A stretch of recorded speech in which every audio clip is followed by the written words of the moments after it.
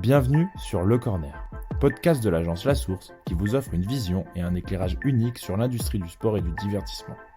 Toutes les 2 semaines, leaders de l'industrie et personnalités du sport partageront leurs visions, leurs astuces et les nombreuses facettes de notre écosystème. Nous vous ferons rencontrer d'anciens athlètes et hauts dirigeants d'organisations sportives, d'entreprises de médias et de technologies, de sponsors et d'agences numériques. Pour obtenir des informations et de nouvelles histoires sur ce qui se passe sur le terrain, c'est maintenant et c'est sur Le Corner.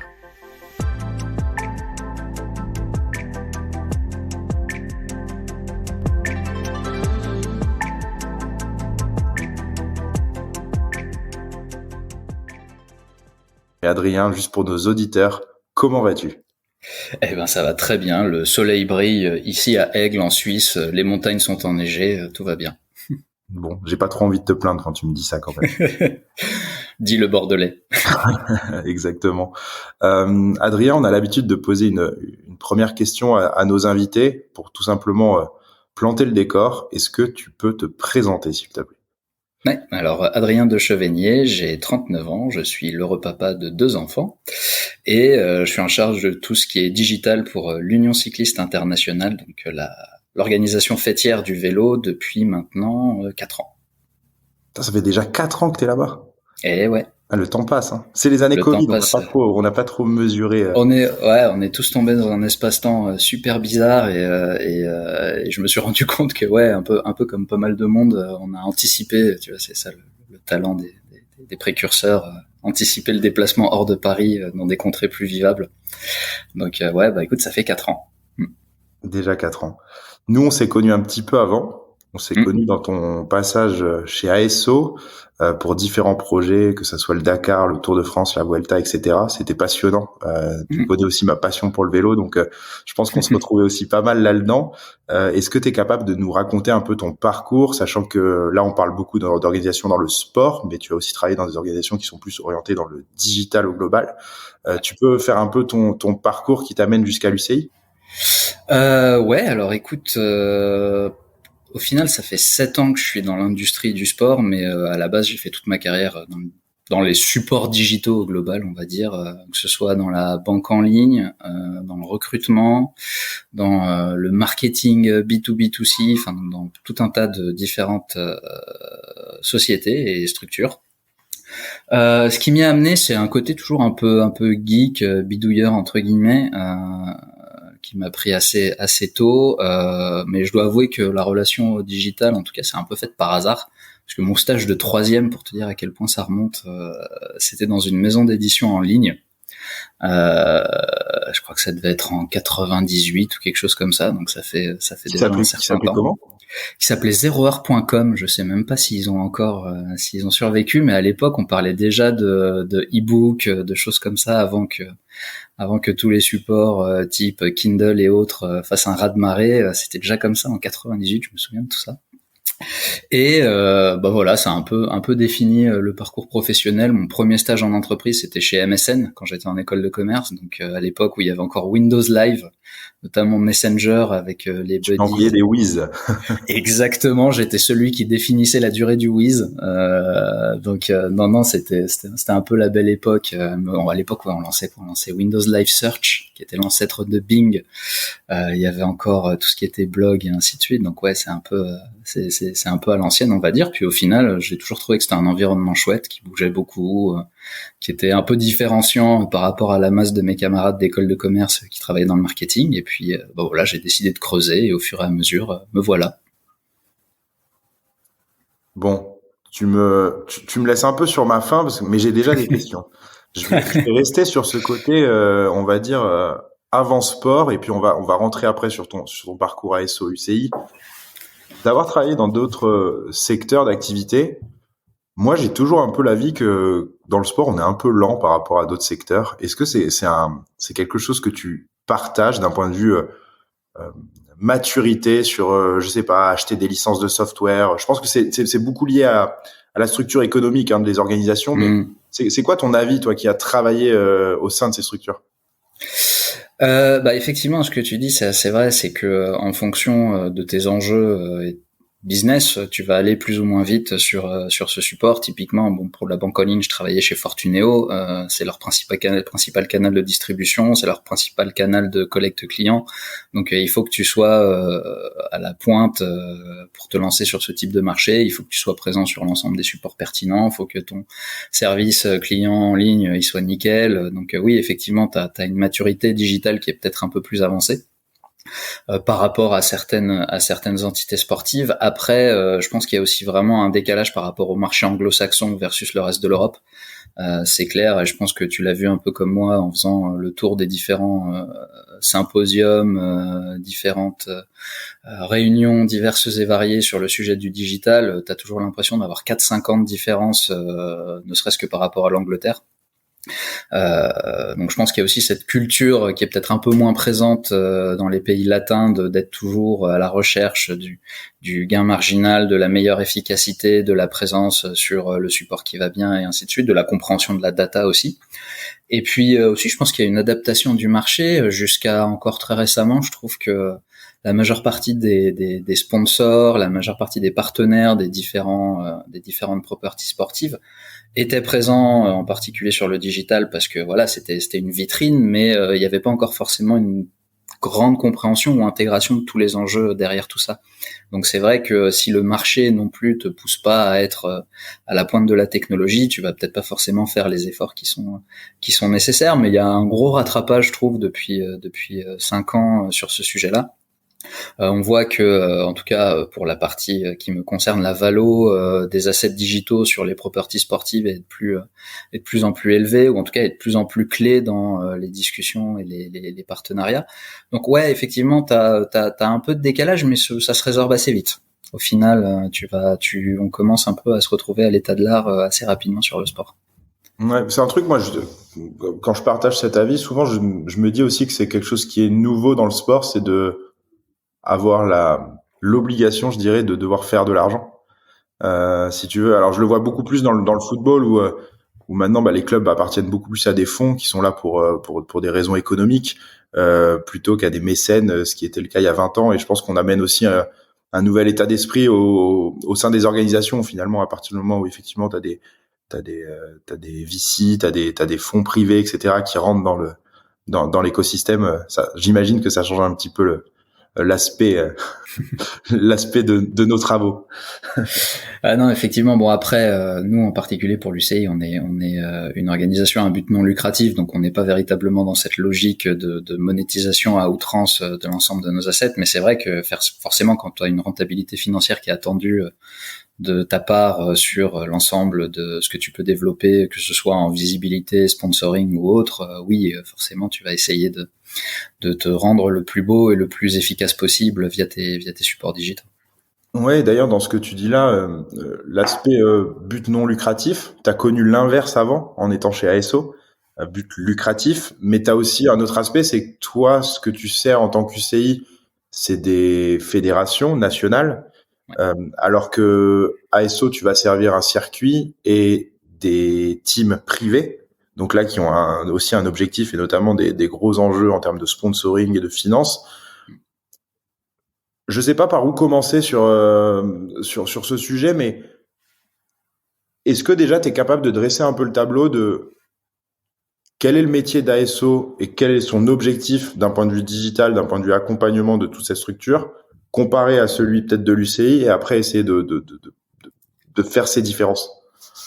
C'est une très bonne question. Alors après, l'écosystème du cyclisme, c'est un écosystème un peu différent de celui du football, à savoir où t'as pas d'équipe, dans le sens où c'est pas simplement les équipes qui sont à la manœuvre, t'as aussi beaucoup les organisateurs de courses. Donc en fait, bien entendu, équipes, coureurs sont des parties prenantes extrêmement importantes de l'écosystème.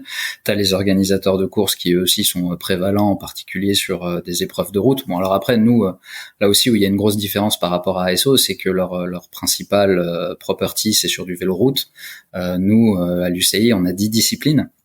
Donc forcément, on est un peu plus tentaculaire sur la pratique du vélo en tant que tel. On n'est pas vraiment uniquement chevillé sur la route, même si la route, ça reste notre drapeau pour l'ensemble du vélo. La différence avec ASO, c'est que ils sont détenteurs de droits sur l'épreuve en tant que telle, qui est une des plus belles épreuves, enfin sur le Tour de France, mais pas que, parce qu'ils sont bien implantés dans l'écosystème. Il y a toutes les classiques avec Paris-Roubaix, Liège-Bastogne-Liège et autres. Donc, t'as vraiment l'aspect sport compétition. Ils ont aussi de très belles properties sur les événements de les événements de mass participation, où là, ils ont l'étape du Tour, ils ont des challenges par rapport à leurs plus belles courses, type Paris-Roubaix, Paris-Nice Challenge, et ainsi de suite. ASO, c'est un détenteur de droits, donc ils vont essayer forcément de maximiser ces droits dans leur PNL, que ce soit par rapport au sponsoring. Ils ont des sponsors pour à peu près tout et pour à peu près toutes les parties de leur pyramide sponsoring. Ils ont j'ai failli dire n'importe quoi, non, mais ils ont vraiment, voilà, ils ont un panel de catégories qui est assez dense, on va dire, et en tout cas assez élargi. Ils ont bien entendu leurs droits télé qui sont extrêmement importants, et on reste quand même sur si je dis pas de bêtises, là, pour le Tour de France, le troisième événement le plus vu au monde, après les JO et la Coupe du Monde de foot. Donc c'est vrai qu'ils ont une résonance internationale assez incroyable, et puis voilà, après ils ont aussi beaucoup d'enjeux institutionnels en France, mais aussi à l'étranger, que ce soit avec les grands départs, que ce soit avec les villes étapes. Donc ils ont aussi un rôle à jouer, on va dire, dans cette partie-là, même si c'est un peu moins marqué que l'UCI, où là pour le coup on est une institution fêtière, comme tu l'as dit, on regroupe 202 fédérations nationales, on est là pour réglementer le sport compétitif dans toutes les disciplines qu'on a dans notre portefeuille. On a pour ambition de faire grandir le vélo, en particulier via sa pratique, pas que compétition, mais aussi auprès du grand public, en tant que activité sportive bonne pour la santé, moyen de locomotion durable. Donc en fait, on a des enjeux qui sont un peu ceux d'une organisation, je vais pas dire non gouvernementale, mais en tout cas qui a une portée peut-être un peu plus CSR que des acteurs privés. Après, tout le monde met ça amène sa pierre à l'édifice pour améliorer les choses d'un point de vue, on va dire, plutôt grand public.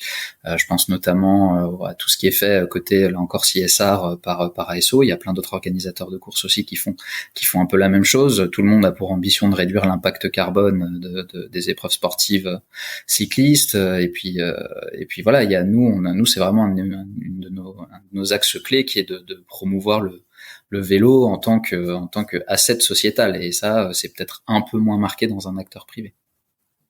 Et puis on n'a pas tous les mêmes échéances, on va dire. Nous, c'est vrai que comme toutes les autres fédérations nationales, on est vraiment rythmé par la partie Jeux Olympiques. Donc tous les 4 ans, on a un vrai moment fort là qui va se dérouler l'année prochaine à Paris. C'est un temps qui est parfois un petit peu plus long, qui est un petit peu différent. Là où ASO, c'est d'une édition après l'autre, on essaye d'anticiper au maximum les choses, mais voilà, c'est year on, year off, c'est globalement un peu les mêmes épreuves qui se déroulent.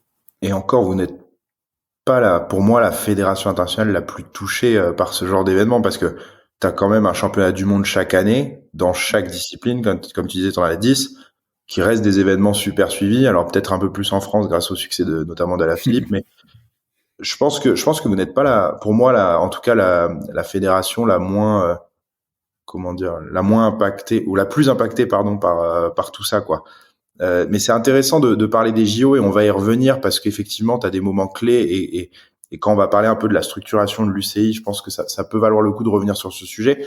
Je reste un peu dans la chronologie. Quand tu es chez ASO et que tu as justement tous ces enjeux qui sont de gérer ton IP, tes droits, ta relation avec tes sponsors, ta relation avec tes teams, etc. À ce moment-là, toi, tu t'occupes du digital au sein d'ASO. C'est quoi ton quotidien finalement? Parce que le spectre est quand même un peu gros. Ouais, le spectre était gros, les properties aussi au final, parce qu'on parle beaucoup du Tour et du vélo, mais le ASO, c'est le Dakar, ASO, c'est le Schneider Electric Marathon de Paris, c'est beaucoup d'événements, d'événements à destination du grand public. À l'époque, il y avait encore le Tour de France voile, il y avait beaucoup de choses dans le portefeuille ASO. Le quotidien, c'était un quotidien un peu d'équilibriste, parce que il fallait à la fois satisfaire les besoins en interne, notamment du département communication. Donc c'est vrai que moi j'étais plus sur la partie outils, plateforme, là où la com était vraiment sur la création de contenu. Donc on était un peu à deux à piloter cet aspect-là. comme tu le dis, il y avait tout ce qui était les droits, la protection des assets d'ASO, et c'est vrai que c'était à l'époque en train de grossir. La partie digitale de la diffusion, c'était pas forcément le nerf de la guerre. On était sur des modèles encore assez classiques de diffuseurs télé. Là, on voit qu'il y a eu des vrais changements dans l'approche, en tout cas du tour par rapport à la matière digitale. Il y a beaucoup plus de contenus qui sortent. Il y a des contenus beaucoup plus longs, bien adaptés à chaque plateforme. Donc ça a maturé aussi dans le temps. Bien entendu, assurer la visibilité de l'ensemble des sponsors, ça aussi c'était parfois un petit peu problématique, mais l'avantage c'est que tu suivais un calendrier assez précis, c'est-à-dire que tu commençais ta saison, c'était Noël, le jour de l'an, t'étais au Dakar. Alors à l'époque c'était encore en Amérique du Sud, quand j'étais chez ASO. Ensuite, t'enchaînais sur le début des compétitions cyclistes, puis après t'avais la grande saison de tous les événements mass participation avec les marathons et autres qui pouvaient se dérouler dans différentes villes de France. Après t'attaquais tambour battant l'été avec le Tour de France voile, le Tour de France et ainsi de suite. Et puis on va dire qu'arrivait le mois d'octobre, t'avais peut-être un mois ou deux pour réfléchir à ce que tu voulais faire l'année prochaine. Mais c'est ce que j'allais te dire, c'est que t'es confronté finalement à ton day-to-day et t'as jamais vraiment le temps de prendre de la hauteur. Et pourtant, je me permets de le mentionner parce que c'est des sujets sur lesquels on avait discuté il y a quelques années, mais il y a eu pourtant le temps de se poser sur des sujets d'économie d'échelle, j'ai envie de dire, avec notamment des plateformes en back-end pour vos sujets de mass participation, pardon. Il y avait des sujets aussi sur justement arriver à mutualiser les plateformes sur vos événements de course, etc. Et ça, finalement, ça, c'était évidemment un gain de temps pour vous dans le futur. Mais par contre, pour trouver le temps de le mettre en place, ce que tu es en train de me dire, c'est que tu avais 2 mois dans l'année. Non, pas forcément. Après, on a quand même, j'étais pas tout seul à la manœuvre. On avait une équipe assez importante chez ASO. De mémoire, on était 10 dans le département digital. Mais simplement, tu savais en début d'année quel jalon tu voulais atteindre. Donc, une année, c'était plutôt très axé sur le CRM, donc il a fallu structurer un peu les choses. C'était plus sur le serviciel, donc t'allais aussi rentrer beaucoup plus dans la logique des applications mobiles, sur laquelle notamment on a appris à se connaître à l'époque, vu qu'il y en avait quand même un sacré paquet qui a été produit pour ASO. Donc t'avais quand même tes grandes lignes, t'avais quand même ta vision, et puis t'avais quand même les moyens qui étaient mis en face pour réaliser cette vision. Et ça, cette vision, elle est insufflée par la direction ASO. C'est vous, parce que vous êtes sur le terrain, vous remontez des points et vous vous dites qu'il faut faire ça. Comment ça se passe d'un point de vue process?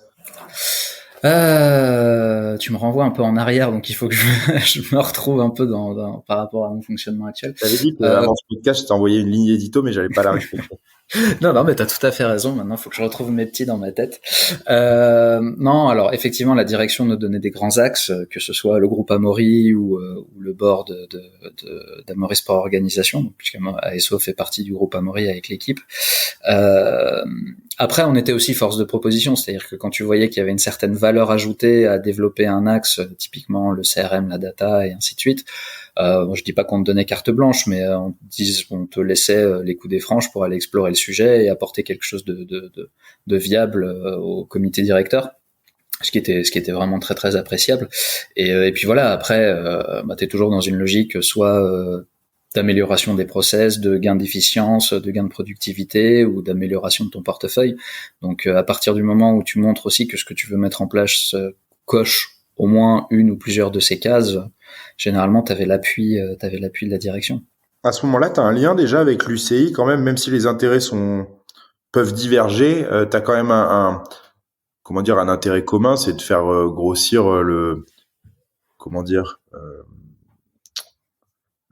l'audience autour du vélo, que ça soit de la pratique, juste le fait d'en parler, quoi. Est-ce que du coup à ce moment-là vous avez déjà des liens? Alors moi personnellement non, j'en avais pas parce que j'étais pas dans l'unité cycliste.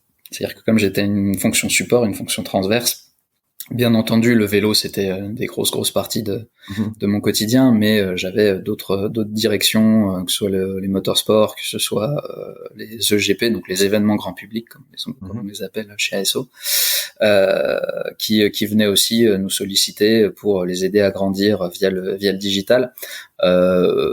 J'étais pas du tout dans ces discussions, on va dire plus à portée sociétale, à portée pratiquant, à portée relation avec les coureurs. Moi, les quelques échanges que j'ai eus sur ces sujets-là, c'était plus par rapport à la gestion des droits, notamment des équipes, sur l'utilisation des images et ainsi de suite. Donc c'était un prisme très différent que celui qui est le mien actuellement, puisque c'était une relation que je vivais majoritairement via Christian Prudhomme, avec qui j'avais l'occasion d'échanger de temps en temps, que ce soit sur le tour ou au bureau, sur ces sujets-là. Mais l'UCI faisait pas vraiment partie de mon quotidien quand j'étais chez ASO. Comment t'arrives à l'opportunité UCI justement? C'est bon, t'avais fini un cycle et tu commences à chercher autre chose. Tu voulais rester sûrement dans le secteur, j'imagine. Bah écoute, le principal moteur derrière ce changement, c'était de vouloir partir de Paris. C'était vraiment plus un driver personnel qu'autre chose. Tu vois tout à fait ce que je veux dire. On était en train de réfléchir à construire notre famille avec ma compagne, avec ma femme, devrais-je dire plutôt. Et voilà, on se disait que avoir l'opportunité de sortir de Paris pour avoir des enfants, c'était quelque chose qui était assez salvateur, on va dire. Sachant qu'on était quand même, nous, on était dans le 7e arrondissement de Paris, on vivait derrière le Bon Marché, on était des parigots purs et durs, avec la capitale chevillée au corps. Mais voilà, on se disait qu'on avait envie de partir un peu. Il y a eu une première tentative via Ubisoft. Ça a été un petit peu la pause bizarre entre ASO et l'UCI. Quand je dis bizarre, c'est que c'était un poste qui, je pense à l'époque, j'avais pas complètement saisi l'importance de tout ça, mais maintenant je le mets en pratique à l'UCI, donc au final on apprend de toutes ces expériences et de tous ces potentiels écueils. Je travaillais pour ce qu'on appelle le knowledge management chez Ubisoft. En gros, c'est l'ensemble des outils et des pratiques que tu peux mettre en place pour que 17 000 personnes à travers le monde dans différents studios puissent collaborer tous ensemble sur les jeux qu'on appelle AAA notamment. Donc les jeux, les têtes de gondole chez Ubisoft, les Assassin's Creed et ainsi de suite. Et dans ce poste, il y avait la possibilité. À Paris là, à ce moment-là, c'est à Paris ou là j'étais à Montreuil encore, okay, donc ouais. j'étais à Paris, mais une partie de mon équipe était à Montréal. D'accord. Et notamment l'une des visées de ce poste était de se dire que au bout d'un certain temps, il y avait un déplacement du contrat de Paris vers Montréal pour s'établir au Canada de manière un peu pérenne. Et puis en fait, je pense qu'il y a eu un gros clash des cultures dans ma tête. J'étais pas vraiment prêt à l'industrie du jeu vidéo, en venant plutôt d'un acteur du sport où t'as un peu tout dans l'urgence, t'as beaucoup de choses qui sont au dernier moment, t'as une pression constante, t'as des relations qui sont parfois un peu chaotiques, ou en tout cas un petit peu sanguines, on va dire, quand les coups de tabac s'abattent sur toi. Et là, c'était un environnement qui était complètement différent. C'était beaucoup plus feutré, beaucoup plus calme. Et puis au final, je me suis rendu compte que c'était pas forcément une industrie dans laquelle j'allais m'amuser énormément. Le gaming, je comprends tout à fait les enjeux, l'attrait, le game as a service, et ainsi de suite, toutes les évolutions. Il y a beaucoup de choses qui se passent dans cette industrie qui, toi en plus, en tant que personne issue du digital, te motive énormément, parce que voilà, t'as des moyens et ainsi de suite pour développer tout un tas de choses. Je pense que j'étais pas prêt à l'aspect non plus trop interne de la mission. C'est vrai que le knowledge management, c'est en gros décider s'il vaut mieux mettre Yammer ou Facebook entreprise comme réseau social, sachant que il y avait déjà eu beaucoup de tentatives en interne sur des plateformes spécifiques, que tu t'adresses à une population de développeurs. Donc c'est-à-dire que si tu fais pas ce qu'ils ont envie que tu fasses, ils le feront dans leur coin. Donc c'était aussi ça une grosse partie du jeu, c'était un peu jouer au chat à la souris avec les différents studios pour essayer de s'assurer que les best practices étaient bien suivies. Et puis voilà, puis à la fin de la période d'essai, on s'est un peu dit que c'était pas forcément le bon fit et le bon match entre les deux. Et à ce moment-là, l'opportunité UCI est apparue. Et voilà, donc me voici débarquant en Suisse tout début 2019 pour venir passer mes entretiens avec Bertrand Vedovoto qui était mon manager de l'époque, et puis voilà. Et donc là, ton histoire avec l'UCI commence. Tu arrives au sein d'une organisation qui est dans quel état à ce moment-là? Et quels sont tes objectifs? Qu'est-ce que tu y fais? Alors, je vais pas dire mon premier rôle parce que c'est toujours mon rôle, c'était de développer toute la partie contenu, plateforme, audience de l'UCI, donc vraiment faire rayonner le cyclisme sous toutes ses formes auprès des audiences les plus larges possibles. Donc c'était vraiment essayer de renouveler un peu les formats, renouveler les idées, essayer de structurer un peu l'équipe aussi pour être plus agile sur la partie, je dis des trucs qui peuvent être basiques, mais un site internet qui soit véritablement efficace, SEO compliant, qui te montre la grande diversité du vélo, qui te montre quand t'es live et ainsi de suite. Commencer aussi un peu à structurer l'approche marketing sur la partie digitale. C'est vrai qu'il y a un département marketing au sein de l'UCI, mais qui est beaucoup moins staffé, on va dire, que celui d'ASO, où là il y a beaucoup plus de monde. Et puis voilà, c'était quelque chose sur lequel l'UCI, je dis pas était en retard, mais voilà, avait vraiment envie d'amener de la valeur ajoutée à ses sponsors, avait potentiellement une grande flexibilité en tant que rights holder, encore une fois, sur un ensemble de properties, soit les coupes du monde pour le mountain bike, pour le cyclocross, les championnats du monde que tu as mentionnés, notamment que ce soit sur du valide ou du para. Donc il y avait beaucoup de choses là-dessus. Et puis au fur et à mesure, voilà, essayer d'améliorer le storytelling du vélo, participer un petit peu plus aux initiatives, en tout cas mettre plus en avant les initiatives qu'on a, qui s'appellent Cycling for All, les Bike City Labels et ainsi de suite. Donc là aussi, encourager la pratique du vélo au quotidien. Et me voilà, avec une toute petite équipe à l'époque, dans nos locaux à Aigle, en train d'apprendre aussi, mine de rien, parce que c'était des manières de faire un peu différentes, c'est des temps différents. Tu l'as dit, les stakeholders sont aussi très différents. On a des fédérations nationales à servir et à aider à faire grandir pour augmenter le nombre de licenciés, rendre le vélo plus accessible, plus attractif. C'est pas la même démarche que chez ASO, donc il y a aussi tout ça à apprendre.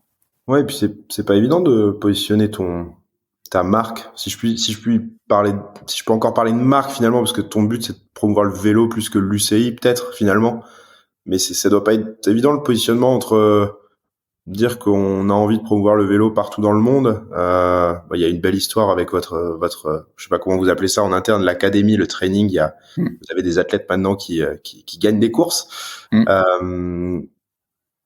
Comment ça se passe à ce moment-là? C'est que vous avez des temps de parole en fonction de la saison, c'est-à-dire que quand vous êtes plus proche du championnat du monde, enfin d'un des championnats du monde, on va exclure Glasgow qui sera un petit peu différent parce qu'il y a tout en même temps et on y reviendra. Mais vous avez des temps de parole où vous vous dites là on va plus appuyer sur le fait du vélo pour tous, là on va plus appuyer sur le côté performance. Comment ça se passe en termes de stratégie? Effectivement, ça se passe en termes de temps de parole, comme tu dis. Après, on règle les calendriers aussi, donc ce qui nous aide aussi à avoir une bonne vision à l'année de ce qui va se produire sur les différentes disciplines. Évidemment, c'est plutôt au printemps, en été, à l'automne que tu as le plus d'activités, on va dire, en tant que sport. Mais tu as des choses qui se produisent à l'année. Une fois que tu as fini avec la saison route, la saison cyclocross commence. Une fois que le cyclocross termine, c'est la piste qui démarre. Et puis ensuite, tu as le BMX et ainsi de suite. Il faut encore se rendre compte que c'était en 2019, donc c'était très très très structuré et c'était, on va dire, très classique comme approche de temps de parole.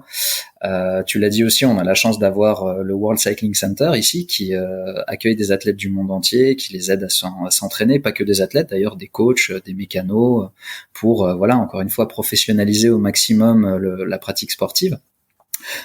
Tu l'as dit, on y reviendra un petit peu plus tard, mais on a eu des sacrés profils qui sont venus chez nous récemment. Binyam Girmay, qui a eu quelques beaux succès l'année dernière sur des classiques issus du Centre mondial du cyclisme. On a beaucoup d'athlètes en piste, en BMX, qui font de très très grosses performances, que ce soit au championnat du monde ou au JO. Donc là aussi, c'est assez impressionnant.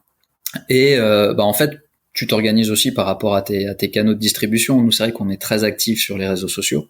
Maintenant, on essaye un peu de rééquilibrer les choses avec le site internet. Bon, là, c'est plus dans des logiques de collecte de données, de savoir sur les pratiquants, de maîtrise de l'ensemble de nos assets, plutôt que d'aller sur des plateformes tierces. Vous savez déjà un petit peu le nombre de personnes justement qui, je sais pas, j'ai pas de chiffre en tête, tu vois, mais parce que en fait, t'as des chiffres, c'est on va dire le pratiquant du vélo. Tu peux mettre celui qui va au boulot à vélo et celui qui c'est exactement ça. La sortie du dimanche. Et après, tu as celui qui est passionné, on va dire, par le côté sportif. Tu as le côté culture vélo, le côté sport, le côté... Enfin, du coup, vous arrivez à qualifier toute cette audience? Bah, on se structure pour, en tout cas, on le fait de plus en plus. On se fait aussi aider par des tiers. Hein. Clairement, on aimerait bien avoir une armée de data scientists à l'interne, que ce soit pour traiter les données des athlètes ici au CMC, et même si on a des coachs qui sont extrêmement puissants et performants sur cette partie-là.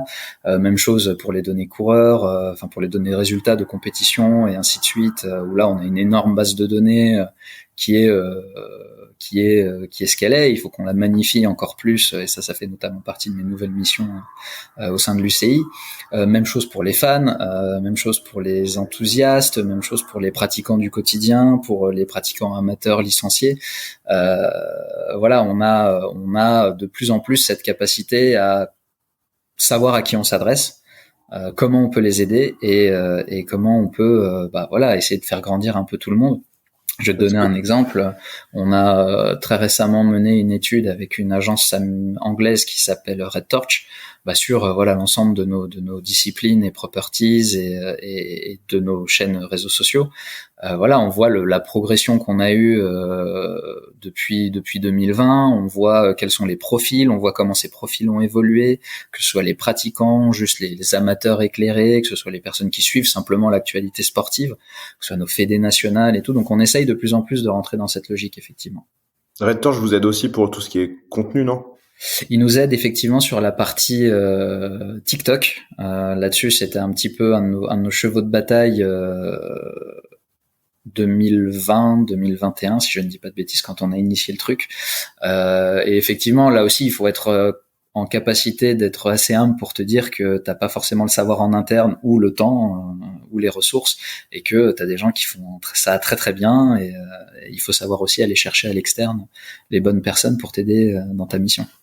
Parce que c'est quand même pas évident pour vous, parce que le vélo, ça reste une pratique où t'as pas besoin d'être licencié, quoi. Enfin, c'est horrible ce que je dis pour toi, hein, mais tu vois, et j'aimerais, tu vois, j'aimerais, mais finalement t'as un groupe Facebook, un groupe WhatsApp qui va se créer dans ta ville et qui va dire que ça part à 18h tous les mercredis soirs. Exactement. Et moi, tu vois, c'est typiquement le genre de pratique que je peux avoir. Et j'arrive pas à justifier le fait d'être licencié aujourd'hui. Et en plus, vu que tu as beaucoup d'organisateurs qui sont externes, qui organisent des courses, que ce soit on parle souvent d'ultra trail, mais il y a aussi l'ultra cycling qui existe.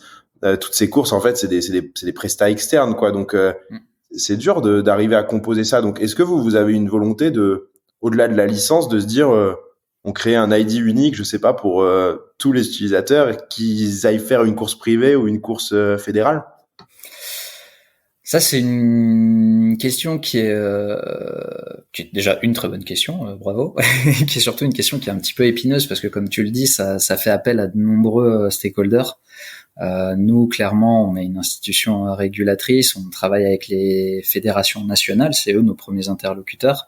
On parle bien entendu aux organisateurs de courses pour la sécurité des coureurs, pour les impondérables divers et variés, pour l'établissement des classements, des start lists, pour l'établissement des calendriers. Donc on a une activité un peu structurante, en tout cas sur l'activité pro.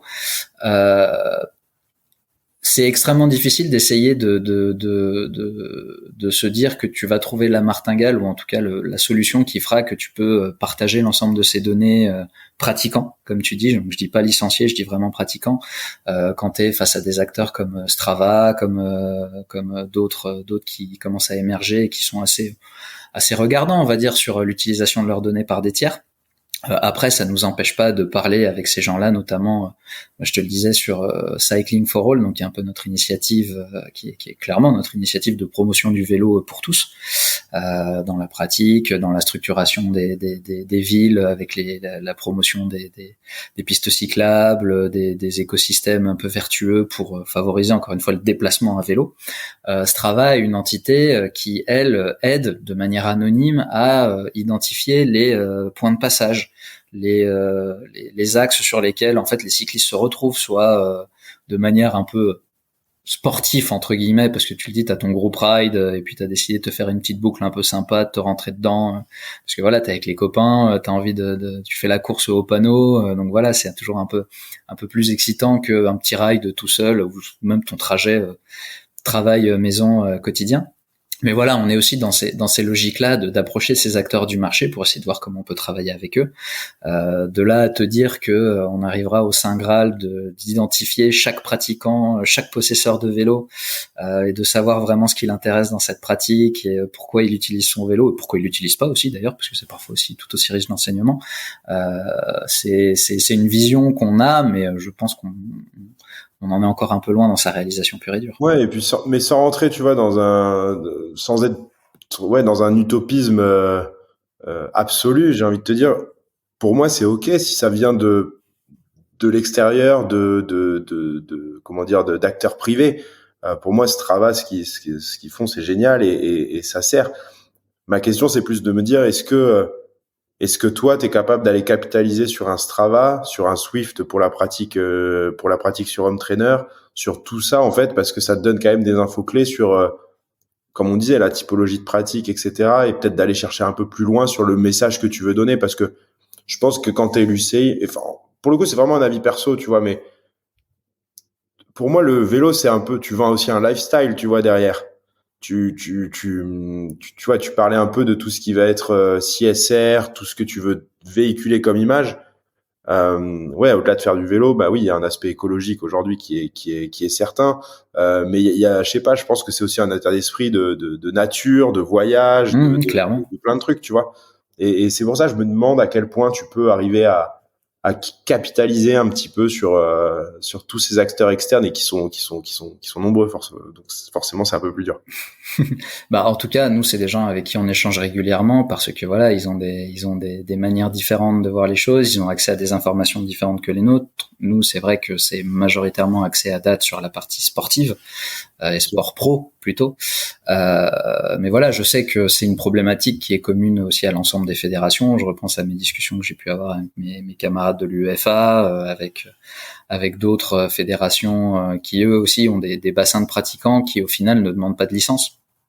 C'est sûr que c'est facile pour une fédé qui a accès à une feuille de match tous les dimanches avec tous tes pratiquants, tu sais qui a marqué, tu sais, enfin voilà, tu peux rentrer dans des logiques de stats et de data qui sont extrêmement puissantes, mais n'empêche que moi quand je jouais au foot un peu plus jeune, c'était soit à l'urban avec des potes et c'était voilà notre petit plaisir une fois par semaine, soit c'était en bas de chez moi à taper dans le ballon. Ouais, et puis c'est la rançon du succès aussi, c'est-à-dire que quand t'es un sport populaire qui peut justement être accessible partout, bon là t'as quand même besoin d'un vélo, mais après une fois que t'as un vélo, finalement t'as juste besoin de pédaler. C'est sûr que le tir à l'arc, tu vas éviter d'en faire dans la rue, sinon il peut y avoir des petits problèmes. Donc effectivement, bon après ça dépend. Ouais, t'auras une base moins élevée, tu vois, t'auras une base moins élevée de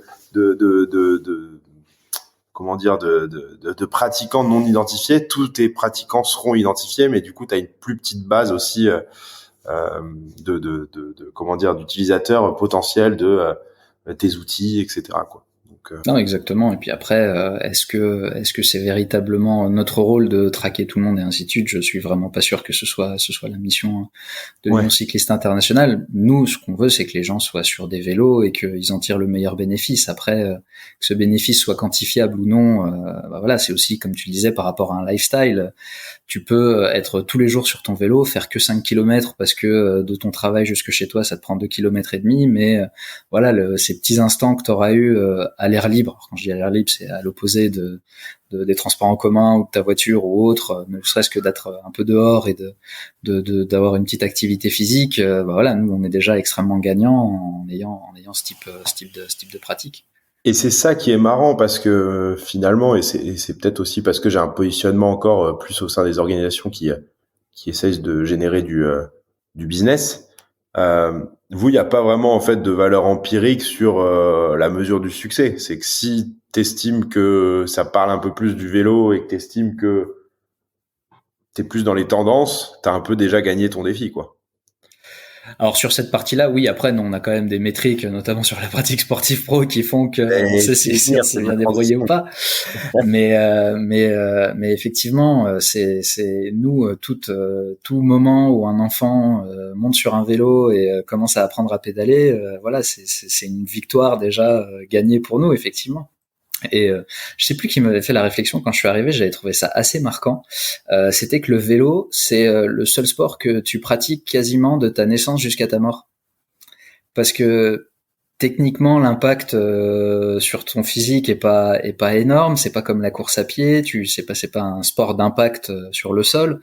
C'est pas comme le football où tu peux te faire des grosses entorses. Bon, bien entendu, t'as la pratique inhérente. C'est quand même un sport d'équilibre entre guillemets. Quand tu te mets à rouler, t'es en équilibre et quand tu t'arrêtes, bah malheureusement, si t'as pas mis les pieds par terre, tu tombes. Mais voilà, c'est quelque chose qui m'avait vraiment marqué parce que c'est vrai en fait. Quand tu y réfléchis bien, c'est le sport que tu peux pousser le plus longtemps dans sa pratique. Et quand je dis sport, c'est encore une fois avec toutes les notions que ça peut avoir, que ce soit du sport élite jusqu'à en fait simplement monter sur son vélo. Et donc des audiences potentielles un peu plus âgées.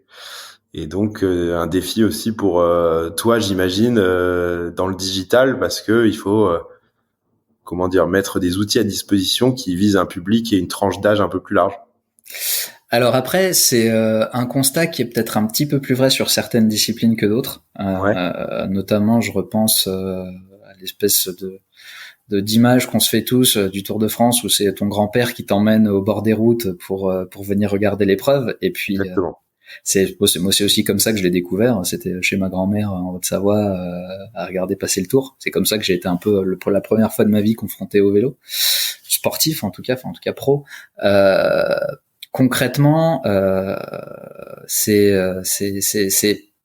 un sport qui devient de plus en plus technique, c'est un sport qui devient de plus en plus graphique, parce que là encore une fois, je parlais de la route, mais tu prends le downhill en mountain bike, c'est juste un sport incroyable.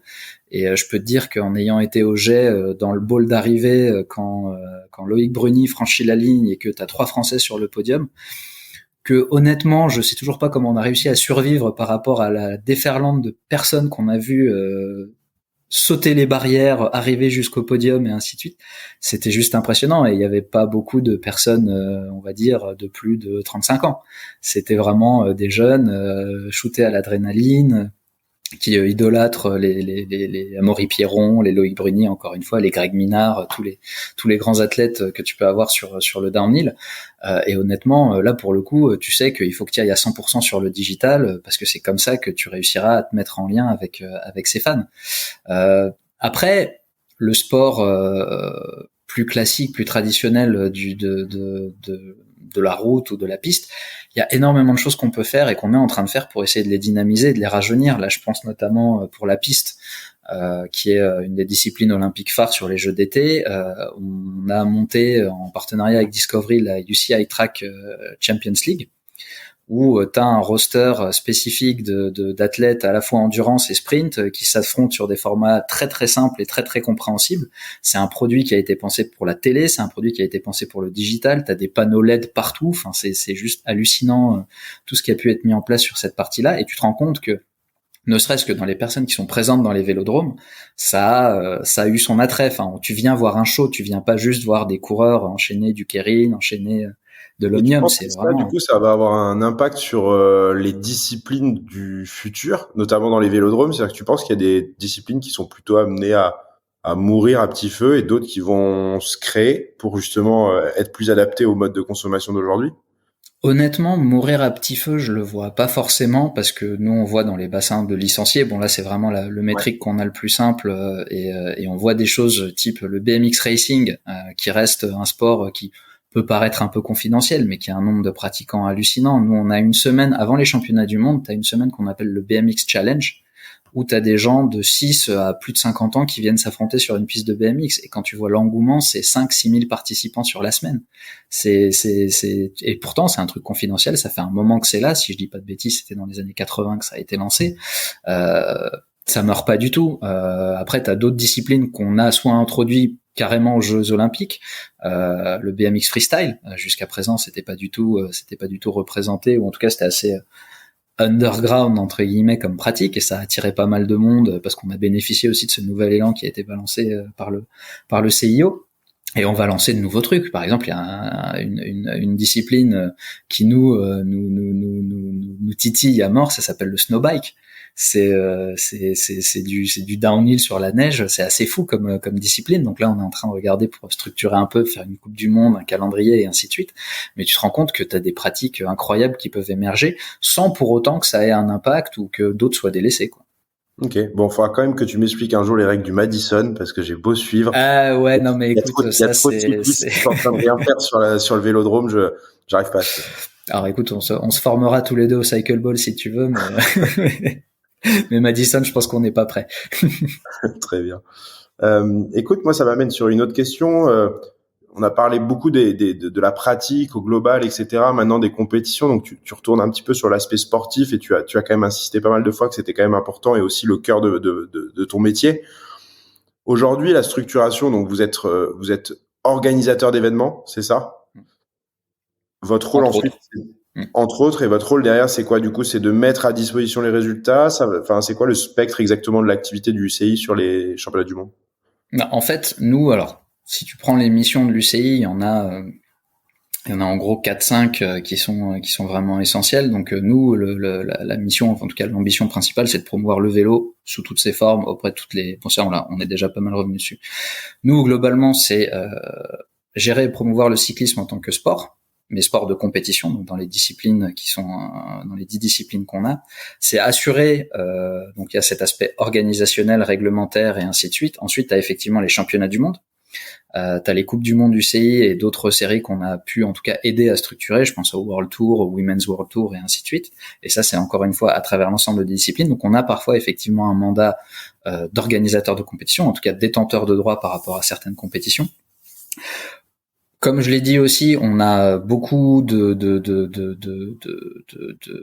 tout cas de volonté pour développer le cyclisme via des programmes de solidarité, via un réseau international de centres d'entraînement, de formation. Donc, on en a parlé brièvement ici dans nos locaux à l'UCI. C'est assez sympa parce qu'en fait, c'est pas les locaux de l'UCI à la base, mais c'est les locaux du Centre mondial du cyclisme que l'UCI occupe en partie. Donc on a un vélodrome chez nous. Je sors pour mon café de mon bureau, je vois des athlètes sur la piste en train de tourner. Je tourne la tête par la fenêtre, je vois une piste de BMX, j'ai une piste de pump track. Je vais de l'autre côté. Alors BMX, on a des initiations.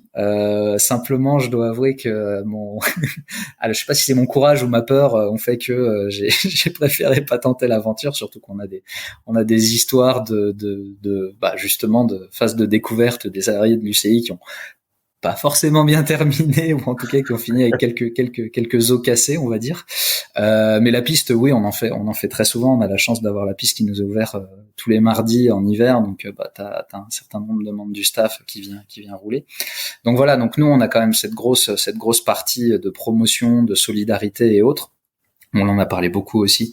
T'as toute la partie promotion du vélo en tant que pratique sportive saine, que moyen de locomotion, que moyen de désengorger les villes, que moyen de transport durable par rapport à d'autres. Après, on a aussi nos missions qui sont inhérentes à toute notre activité sportive, à savoir garantir l'intégrité du cyclisme, que ce soit via sa gouvernance, via l'équité, l'égalité homme-femme. Donc en fait, on a un rôle un peu politique, on a un rôle véritablement institutionnel, on a un rôle de détenteur de droit, on a un rôle de formateur. Donc on fait un peu tout en fait dans le vélo, et c'est ça qui est aussi super chouette. On en revient aux problématiques de création de contenu, de parler de tout et de toutes les disciplines en même temps. Au final, c'est ce qui fait un peu la singularité de notre boulot, c'est qu'on a plein de choses différentes à faire. Et donc je reviens un peu sur ce côté sportif. Cette année, c'est un tout petit peu particulier par rapport au championnat du monde. Tu m'as beaucoup parlé du fait que vous aviez un calendrier, donc du coup, tu peux un peu étaler ton travail sur 12 mois. Là, cette année, c'est un petit peu différent, non? Alors, cette année, c'est un petit peu différent. Bon, déjà, on va dire, depuis 2020, c'est toujours un petit peu différent. Chaque mois, il y a déjà d'aller en Australie, je pense que c'était un périple. Oui, enfin t'as 24 heures minimum de trajet, donc oui, c'est un sacré périple, mais voilà, c'est aussi ça la mission de l'UCI, c'est-à-dire que d'autres organisateurs de courses vont un peu plus loin en Europe pour faire des grands départs. Nous, on installe carrément notre épreuve dans des territoires sur lesquels t'as pas forcément l'habitude de voir du vélo. Bon, l'Australie, si, parce que t'as le Tour Down Under, c'est des choses qui sont, la pratique cycliste est quand même bien ancrée dans le paysage sportif, mais typiquement en 2025, on va au Rwanda. Et ça, c'est une première de partir sur le continent africain pour des championnats du monde route, parce que voilà, on sent qu'il y a une appétence monumentale pour ce type de. T'as un documentaire sur Netflix sur le Tour du Faso. Ouais, exactement. Tu vois, cool, c'est des trucs, quand tu vois le mur de Kigali sur le Tour de Rwanda, c'est impressionnant. Enfin, ça n'a rien à envier au virage de l'Alpe d'Huez, quoi. C'est juste une ferveur incroyable. Et en plus, sur des populations où tu pourrais te dire, bah, en fait, leur lien sportif avec le vélo, il est quand même très ténu, où il y a d'autres sports qui sont beaucoup plus représentés ou beaucoup plus accessibles. Bah là, non, t'as toute la ville qui vient regarder ce qui se passe, quoi. Et c'est impressionnant. Mais pour en revenir au calendrier, pardon, oui, effectivement, il est un peu chamboulé cette année, puisqu'on a les premiers championnats du monde de cyclisme UCI qui s'organisent à Glasgow au mois d'août, et c'est une première pour nous, parce qu'on a 13 championnats du monde qui vont se dérouler sur la même semaine, enfin sur les mêmes 10 jours en Écosse. Donc on appelle ça Glasgow 2023 chez nous, mais c'est Glasgow et l'ensemble de l'Écosse. Et on va avoir quasiment l'ensemble de nos disciplines présentes au sein d'un seul et même, avec une unité de temps et une unité de lieu qu'on n'a jamais vu jusqu'à présent. Les seuls qu'on n'aura pas, c'est typiquement le cyclocross, puisqu'il a lieu ce week-end à Hoogerheide aux Pays-Bas, le championnat du monde cyclisme e-sport, qui, même s'il est basé sur un parcours Glasgow qui a été fait spécifiquement par Zwift à cette occasion, aura lieu le 18 février, si je dis pas de bêtises, et plus d'autres championnats type gravel qui auront lieu un petit peu plus tard. Mais voilà, on en a 13, et surtout c'est une grosse première pour nous aussi, parce qu'on aura les paras et les valides en même temps.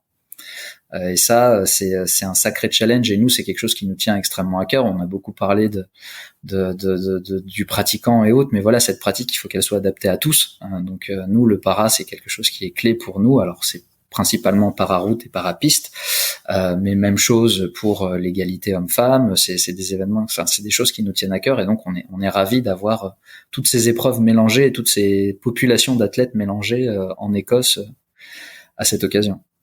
C'est génial, parce que ça va vous créer un moment fort sur lequel vous allez pouvoir beaucoup capitaliser, et sur plein de pratiques, parce qu'effectivement, je trouve aussi que même en tant que pratiquant, tu vois, la passerelle entre faire du gravel, du route, à la rigueur, elle se fait, mais quand t'es pratiquant de BMX, aller faire du route, c'est peut-être pas trop dans ton ADN, tu vois. Non, Et là, ça va créer des passerelles assez chouettes. C'est quoi pour toi un événement qui sera réussi? Donc, j'anticipe, l'événement, il est en août, si je dis pas de bêtises, il est mi-août. Ouais. Il est mi-août, il est du 3 au 11, si je dis pas de bêtises, ou au 13, 3 ou 13 août. Pardon. Tout simplement la ferveur, déjà la ferveur sur place, c'est quelque chose sur lequel donc on est accompagné par un comité d'organisation local. Il y a beaucoup d'implications du gouvernement écossais, des instances écossaises, pour que d'un point de vue présence physique et monde sur les routes, il y a énormément de choses qui soient faites. Il y a une vraie attente aussi par rapport à toute la legacy qu'on va pouvoir laisser par rapport à cette épreuve, donc les pistes cyclables qui vont être créées à l'occasion, les parcours qui pourront être refaits pour les différentes épreuves, les infrastructures qui seront utilisées. Donc voilà, il y a un vrai aspect communauté, mais qui se trouve derrière tout ça. Donc si on arrive encore une fois à amener tous les pratiquants du vélo à venir voir un peu ce qui se passe d'un point de vue professionnel, c'est assez intéressant. Et puis honnêtement, des jeux réussis avec des beaux champions et des belles images, ça c'est déjà nous aussi un gros élément de succès, parce que encore une fois c'est une première pour nous, et voilà, on sait le potentiel de chacune des disciplines, parce qu'on les a constatées jusqu'à présent à travers le calendrier annuel. À chaque fois on savait quelle discipline allait, les disciplines avaient toutes du potentiel, mais tout réuni ensemble, honnêtement, c'est aussi parce que c'est du jamais vu, et je pense que ça va apporter une nouvelle visibilité au vélo dans son ensemble. Ça va apporter aussi, il y a beaucoup d'appétence de la part des broadcasters. Nous, on a les premières intentions qui sont en train de tomber, et on a des choses vraiment où là, ça surpasse pour l'instant tout ce qu'on a vu. Donc on a ces petits métriques un peu simples, mais qui nous font dire que si on a des beaux champions à l'arrivée, et des belles images, et des porteurs de maillots avec l'arc-en-ciel qui sont fiers de l'avoir, on est gagnant, quoi. Et tout ça un an avant les JO. Et tout ça un an avant les JO. Donc, ce qui aide, Effectivement. j'imagine aussi de comment dire, de tout mettre un petit peu au même moment. Je pense que ça intéresse le fan, vous en tant qu'organisation, les diffuseurs aussi, peut-être pour tester des choses aussi en termes de setup sur les shows, etc. qu'il y aura autour. Donc finalement, c'est assez malin aussi. Bon, c'est assez malin aussi, et puis l'objectif c'est d'en faire un événement pérenne. Donc on a déjà notre destination pour 2027, c'est la Haute-Savoie. Donc là Ah pour bah le ouais. coup, on jouera dans le jardin de l'UCI, c'est plutôt rigolo. Mais voilà, donc c'est l'objectif, c'est d'en faire un événement récurrent, c'est d'en faire un événement impactant, et c'est d'en faire un événement pérenne. Euh, Après, l'approche des JO est un petit peu différente. Effectivement, t'as tout un tas de test events qui sont réalisés, mais qui sont vraiment liés à l'édition des Jeux en tant que tels. Donc, tu as les épreuves t'en as certaines qui vont se dérouler sur les futurs lieux olympiques. Donc, c'est un peu spécifique. Et après, surtout, l'une des énormes différences que tu as pour ces championnats du monde là, c'est qu'on est maître de la production télé, on est maître de l'accès aux images, ce sont nos assets, ce sont nos partenaires, ce sont les fédérations nationales avec lesquelles on travaille, ce sont nos ambassadeurs, ce sont l'ensemble des gens avec qui on peut travailler dans l'écosystème cycliste, là où pour le coup sur les Jeux Olympiques, t'es dans le cadre du Comité Olympique International, et puis tu peux pas, tu as un certain nombre de règles et de droits et de devoirs qui te sont afférents, et là pour le coup, c'est notre épreuve, quoi. C'est quoi le retour que tu as des fédérations nationales, des autres institutionnels finalement qui sont dans votre écosystème sur leurs besoins, étant donné que toi tu régis le tout, là vous mettez des initiatives en place sur le côté sportif justement d'essayer de tout synchroniser, etc. Ils ont d'autres demandes, ils ont envie d'aller vers où en fait dans le futur? Ça va vraiment dépendre de la typologie de fédération que tu as, parce que nous, on en a 202. T'en as des extrêmement avancés comme British Cycling, comme la Fédération française de cyclisme. Donc, on va dire les fédérations européennes sont extrêmement bien structurées, que ce soit en termes d'accompagnement sportif, d'organisation des calendriers nationaux, de liens avec les licenciés. Donc, ils sont vraiment très très avancés, et même au niveau d'autres pratiques. Je sais plus avec qui j'en parlais. USA Cycling, à l'époque, ils avaient fait un truc de dingue sur un vélodrome. En gros, tout avait été mappé par des caméras, et puis les athlètes avaient limite même plus besoin de se déclarer en disant je suis venu ici, ou de déclarer leur power meter ou autre. En fait, t'identifiais tout avec la caméra, avec de la reconnaissance. Le timer était assez malin pour réussir à reconnaître que tel vélo était associé à tel coureur, et ainsi de suite. Donc, t'as des gens qui ont ce besoin-là, qui ont besoin d'être accompagnés dans pousser le cyclisme le plus loin possible. Que ce soit d'un point de vue technique, que ce soit d'un point de vue matériel, que ce soit d'un point de vue entraînement et autres. Et puis après, tu as d'autres fédérations qui sont beaucoup plus modestes, qui ont beaucoup moins de moyens, qui ont beaucoup moins de capacité à aller dans cette direction maintenant. Et eux, leur besoin, c'est plutôt de les accompagner sur comment structurer justement leur calendrier, comment encourager la pratique auprès de leurs athlètes. Parfois, ça va même jusqu'à fournir des vélos, ça va c'est vraiment des typologies de besoins qui sont extrêmement diverses. Et toi, en tant que fédération internationale, il faut que tu aies à cœur de les défendre un peu tous, ces besoins, parce que... Mais ouais. Et comment tu fais, du coup, vous créez, d'un point de vue stratégie en interne, vous créez des clusters en fonction un peu de la maturité de chacun, et vous essayez de répondre avec, parce que, j'imagine, ça se trouve, il y a des moments où tu adresses des choses, c'est pour ton tiers 3, et des moments sur des tiers 1, et donc, du coup, comment tu fais? Tu fais une prise de parole commune quand même pour tout le monde, ou déjà, t'as un ciblage? Là-dessus, alors là c'est un peu moins ma partie. Je suis en train de le découvrir un petit peu plus avec mes nouvelles fonctions, mais on a un département des relations internationales qui s'occupe de faire le lien avec l'ensemble de ces fédérations. On a une base commune de communication qui passe notamment via des newsletters, qui passe via des campagnes qui leur sont fournies, qui passe via des process, des outils où là on les aide en fait à travailler sur comment réguler l'activité professionnelle cycliste. Plus du cyclisme professionnel, mais après voilà, on rentre dans des relations un peu bilatérales en fonction des besoins de chacun. On sait qu'on va potentiellement être plus en lien avec certaines fédérations quand on a des championnats du monde qui se déroulent chez eux. Donc là, je pense notamment à ce qui s'est passé à Saint-Quentin-en-Yvelines ou à Nantes ou au Jet, où on a été en très très fort lien avec la Fédération française de cyclisme parce que ça se déroulait chez eux. Donc voilà, encore une fois, on essaye de s'adapter en fonction des calendriers adapter en fonction des besoins, en fonction aussi des difficultés rencontrées par les uns et les autres. Donc mais après, oui, on a accès aux bases de licenciés, donc on regarde quelles sont les plus grosses nations en termes de nombre de licenciés, mais ça rentre pas forcément en lien, en tout cas de mon point de vue, je voudrais pas dire de bêtises, mais ça rentre pas forcément en ligne de compte dans le traitement d'une fédération par rapport à une autre. Et ça va être un peu ma dernière question pour on va dire élargir un peu le sujet. C'est quoi la place dans le futur de tout ce qui va être vélo électrique, VAE, etc. Et même question un peu avec tout ce qui est e-sport. Donc on a brièvement parlé de Swift. C'est quoi la place que ça doit occuper aujourd'hui dans votre champ d'action et pour toi celle que ça occupera demain? Écoute, la pratique électrique, c'est quelque chose qui rentre de plus en plus, en tout cas dans le cadre sport pro, puisque maintenant on a une Coupe du Monde e-mountain bike, on a de l'e-enduro qui est intégré à notre Coupe du Monde mountain bike aussi. On a de plus en plus ce type de véhicules, enfin quand je dis véhicule c'est un grand mot, mais ce type de vélos qui sont intégrés dans certaines de nos compétitions.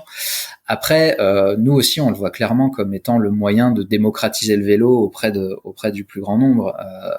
Le nombre de personnes à qui tu parles et quand tu dis, enfin, moi en tout cas en tant que membre de l'UCI, je leur dis bah ouais, je travaille dans ce vélo. Ah ouais, alors moi typiquement avant j'arrivais plus à faire de vélo, mais depuis que j'ai mon e-mountain bike, je suis mes petits enfants, je reprends une pratique sportive et même encore une fois au quotidien, tu le vois dans les villes, le nombre de VAE qui sont là, que ce soit en location, que ce soit en propriétaires, des gens qui les ont achetés et autres. Moi, je sais que j'ai un exemple très bête dans la famille. Ma femme adore se balader à vélo avec les enfants sur les sièges, mais c'est un vélo électrique parce que Évian, donc là où j'habite, ça grimpe un peu. Donc à partir du moment où tu te prends une petite côte un peu sympa avec 15 à 20 kilos d'enfants en plus sur le porte-bagages, c'est tout de suite beaucoup plus agréable d'avoir un petit moteur qui vient t'aider.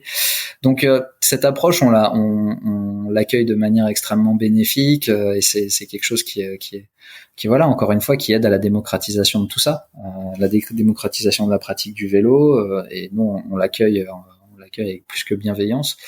Le cyclisme e-sport, à date, c'est quelque chose qui est encore fortement lié à une pratique un peu compétition, c'est-à-dire que t'as quand même des barrières à l'entrée par rapport au cyclisme e-sport, c'est-à-dire que ok, il faut un vélo pour quelle que soit ta pratique vélo, mais là il faut un home trainer. Alors il y en a de toutes les gammes, il y a des choses très simples jusqu'à je sais plus, je regardais les derniers kicker bike chez Wahoo, c'est plus de 4 000 € ou quelque chose comme ça pour un vélo 100% dédié à la pratique indoor.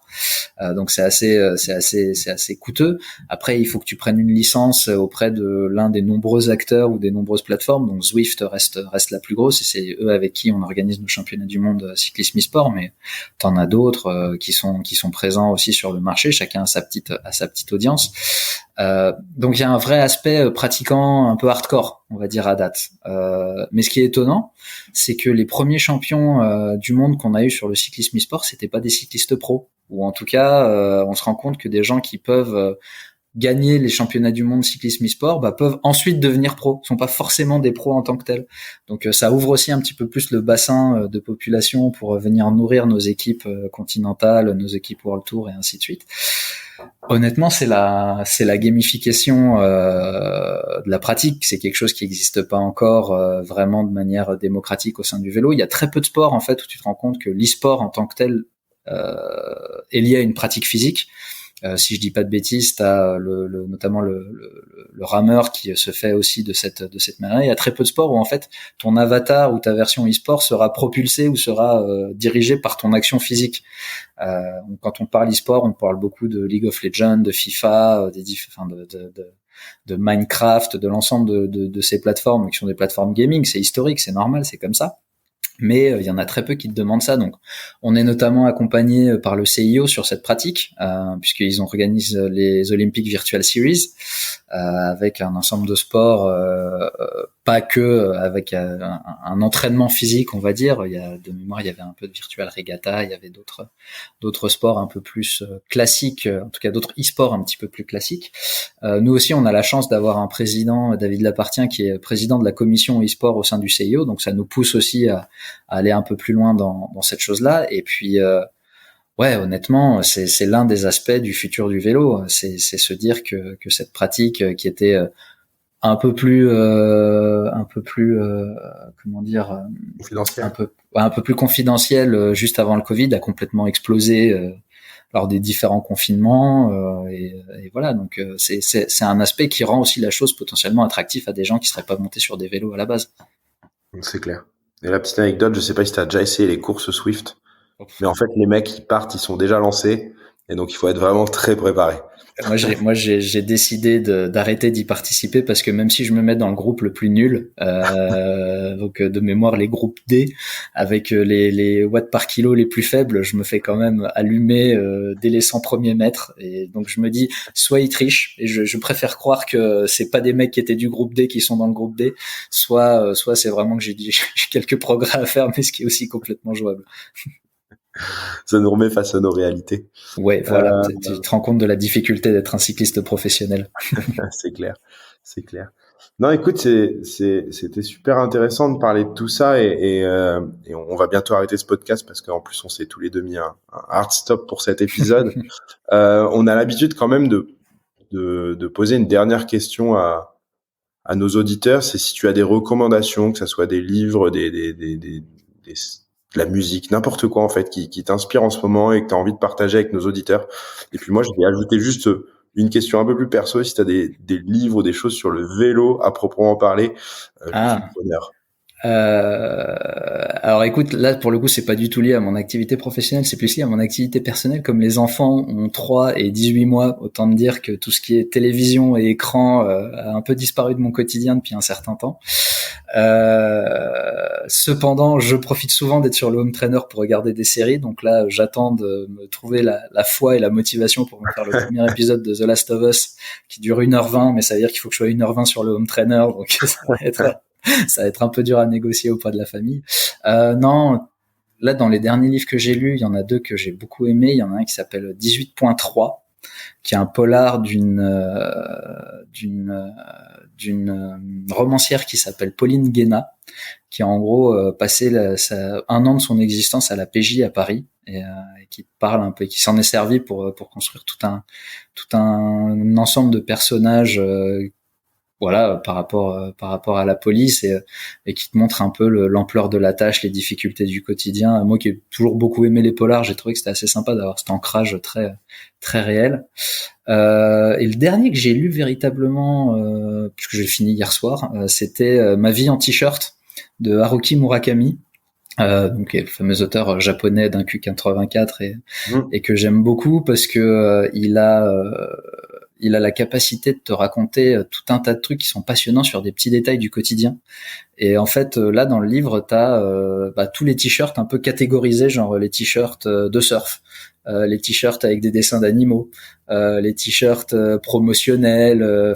Et c'est assez marrant parce qu'il structure tout ça et comment les t-shirts qu'il a accumulés tout au long de sa vie ont participé à son effort créatif, ont structuré un peu sa vie du quotidien jusqu'à ce que, en fait, il se rende compte que par rapport à un t-shirt qu'il avait acheté, il a écrit une nouvelle. Cette nouvelle, c'est devenu un livre, c'est devenu un film. Donc, tu te dis juste par rapport à un t-shirt où il y avait écrit Tony Takani ou quelque chose comme ça, c'est devenu quelque chose de culturel. Donc ça m'a un peu scotché. Et livre sur le vélo, écoute, récemment je l'ai acheté mais j'ai pas encore eu le temps de le lire, le dernier livre de Guillaume Martin sur la philosophie du coureur en peloton, qui est Guillaume Martin, qui est un peu un philosophe au sein du peloton pro sur la route. Puis je crois qu'il a une licence de philosophie, ou je sais plus s'il a un doctorat, je ne sais plus quel profil c'est. Mais voilà, il te remet un peu tout ça en contexte et il développe des traits de pensée par rapport à l'individualité du coureur au sein de cet énorme groupe un peu bruyant qui est le peloton. Et c'est assez intéressant. Donc je l'ai pas encore ouvert. La préface m'a bien alléché, donc j'espère pouvoir l'ouvrir incessamment sous peu. Bon, je te laisse encore 2-3 semaines du coup et puis tu m'écris pour me dire si ça vaut le coup que je l'achète ou pas, c'est ça? Ok, au pire je te le passe. Et puis, pas ça. et je te dis, je pense si je l'ai pas fini dans 3 semaines, je te le file et puis tu me diras comment c'est. Ouais, voilà, on alterne. Merci beaucoup Adrien. Est-ce que tu as d'autres choses à ajouter avant qu'on raccroche? Non, merci beaucoup de l'opportunité qui m'a été donnée. Sautez tous sur vos vélos, même s'il fait pas forcément beau ni forcément chaud, ça reste quand même un super moyen de communication, un super moyen de se tenir en santé et voilà, de partager, de découvrir. Donc n'hésitez pas à vous laisser porter par vos roues pour aller dans des lieux encore inexplorés. Eh bien, parfait. Faites du vélo. Merci à tous. Salut. Ça y est, vous êtes arrivé à la fin de cet épisode. On espère que vous l'avez apprécié, et si c'est le cas, n'hésitez pas à lui donner 5 étoiles sur votre plateforme d'écoute préférée. En attendant, vous pouvez toujours visiter notre site internet www.lasource.io pour en savoir plus sur nos activités, ou tout simplement vous abonner à notre newsletter pour recevoir le meilleur de l'actualité, sport et tech chaque mois dans votre boîte mail. Et je vous dis à bientôt pour un nouvel épisode Le Corner. Le Corner.